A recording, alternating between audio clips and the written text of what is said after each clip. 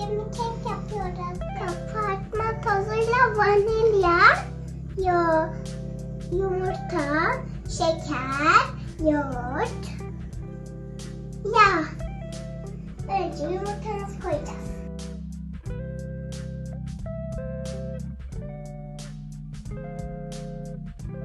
Sonra şeker.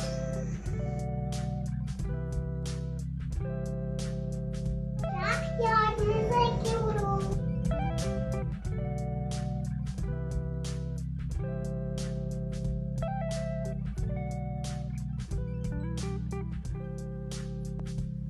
Şimdi un.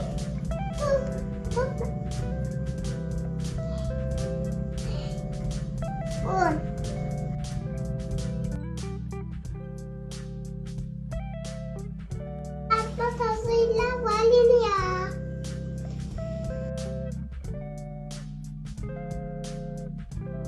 Kalbime koyalım.